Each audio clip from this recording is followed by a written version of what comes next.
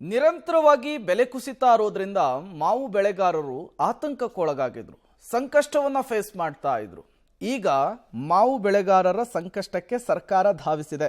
ರಾಜ್ಯದಲ್ಲಿ ಮಾವಿನ ಬೆಲೆ ಕುಸಿತದ ಹಿನ್ನೆಲೆಯಲ್ಲಿ ಮಾರುಕಟ್ಟೆಯ ಮಧ್ಯಪ್ರವೇಶ ಯೋಜನೆಯ ಅಡಿ ನೆರವಾಗುವಂತೆ ರಾಜ್ಯ ಸರ್ಕಾರ ಮನವಿಗೆ ಕೇಂದ್ರವೂ ಕೂಡ ಸಮ್ಮತಿಯನ್ನು ಸೂಚಿಸಿದೆ. ಕೇಂದ್ರ ಹಾಗೂ ರಾಜ್ಯ ಸರ್ಕಾರಗಳೆರಡೂ ಕೂಡ ಪ್ರತಿ ಕೆಜಿಗೆ 2 ರೂಪಾಯಿಗಳಂತೆ ಒಟ್ಟು 4 ರೂಪಾಯಿ ವ್ಯತ್ಯಾಸವನ್ನು ಭರಿಸುವುದಕ್ಕೆ ಅಥವಾ ಪಾವತಿಸುವುದಕ್ಕೆ ನಿರ್ಧರಿಸಿವೆ. ಕೃಷಿ ಸಚಿವ ಚಲುವರಾಯಸ್ವಾಮಿ ಅವರು ವಿಡಿಯೋ ಸಂವಾದದ ಮೂಲಕ ಕೇಂದ್ರ ಕೃಷಿ ಸಚಿವ ಶಿವರಾಜ್ ಸಿಂಗ್ ಚೌಹಾಣ್ಗೆ ಮಾವು ಬೆಳೆಗಾರರ ಪರಿಸ್ಥಿತಿಯನ್ನು, ಅವರು ಅನುಭವಿಸ್ತಾ ಇರುವಂತಹ ಸಂಕಷ್ಟವನ್ನು ಮನವರಿಕೆ ಮಾಡಿಕೊಟ್ಟಿದ್ರು. ಅದರಂತೆ 2.5 ಲಕ್ಷ ಮೆಟ್ರಿಕ್ ಟನ್ ಮಾವು ಖರೀದಿಗೆ ಕೇಂದ್ರ ಸರ್ಕಾರ ಒಪ್ಪಿಗೆಯನ್ನು ಸೂಚಿಸಿದೆ. ಸೋಮವಾರ ಈ ಬಗ್ಗೆ ಅಧಿಕೃತ ಆದೇಶ ಹೊರಬೀಳುವಂತಹ ನಿರೀಕ್ಷೆ ಇದೆ. ಈ ಬಾರಿ ಅಂದಾಜು 8 ರಿಂದ 10 ಲಕ್ಷ ಟನ್ ಮಾವು ಉತ್ಪಾದನೆಯಾಗಿದೆ. ರಾಜ್ಯದಲ್ಲಿ ಬೆಂಗಳೂರು ಗ್ರಾಮಾಂತರ, ಬೆಂಗಳೂರು ನಗರ, ಕೋಲಾರ, ಚಿಕ್ಕಬಳ್ಳಾಪುರ ಮತ್ತು ರಾಮನಗರ ಪ್ರಮುಖ ಮಾವು ಬೆಳೆಯುವಂತಹ ಪ್ರದೇಶಗಳಾಗಿವೆ.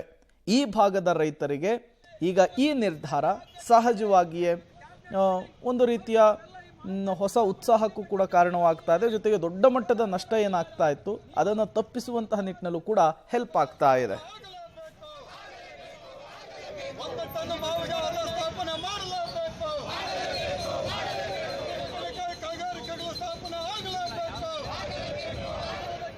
ನಿರಂತರ ಬೆಲೆ ಕುಸಿತದಿಂದ ಮಾವು ಬೆಳೆಗಾರರು ಕಂಗೆಟ್ಟಿದ್ರು. ರಾಜ್ಯದ ಹಲವು ಕಡೆಗಳಲ್ಲೂ ಕೂಡ ಪ್ರತಿಭಟನೆ ಆಗಿತ್ತು. ಜೊತೆಗೆ ರಾಜ್ಯ ಸರ್ಕಾರ ನಮ್ಮ ನೋವನ್ನು, ಕಷ್ಟವನ್ನು ಆಲಿಸಬೇಕು ಅಂಥೇಳಿ ಮನವಿಯನ್ನು ಕೂಡ ಮಾಡಿಕೊಂಡಿದ್ರು. ಈಗ ಕೃಷಿ ಸಚಿವರು ಮಾವು ಬೆಳೆಗಾರರ ಸಂಕಷ್ಟಕ್ಕೆ ಧಾವಿಸಿದಂತೆ ಕಾಣಿಸ್ತಾ ಇದೆ. ಈಗ ಕೇಂದ್ರ ಮತ್ತು ರಾಜ್ಯ ಎರಡೂ ಸರ್ಕಾರಗಳು ಕೂಡ 4 ರೂಪಾಯಿ ಭರಿಸೋದಕ್ಕೆ ಮುಂದಾಗ್ತಾ ಇರುವಂಥದ್ದು.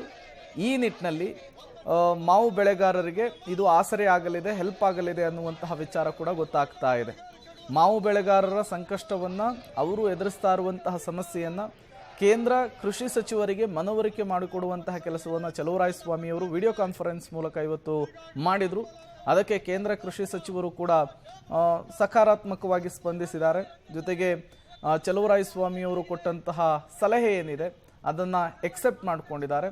ಹಾಗಾಗಿ ಏನು ಮಾವು ಬೆಳೆಗಾರರು ಎದುರಿಸ್ತಾ ಇದ್ರಲ್ಲ ಸಂಕಷ್ಟ, ಅದು ಈಗ ಸದ್ಯಕ್ಕೆ ದೂರವಾದಂತೆ ಕಾಣಿಸ್ತಾ ಇದೆ.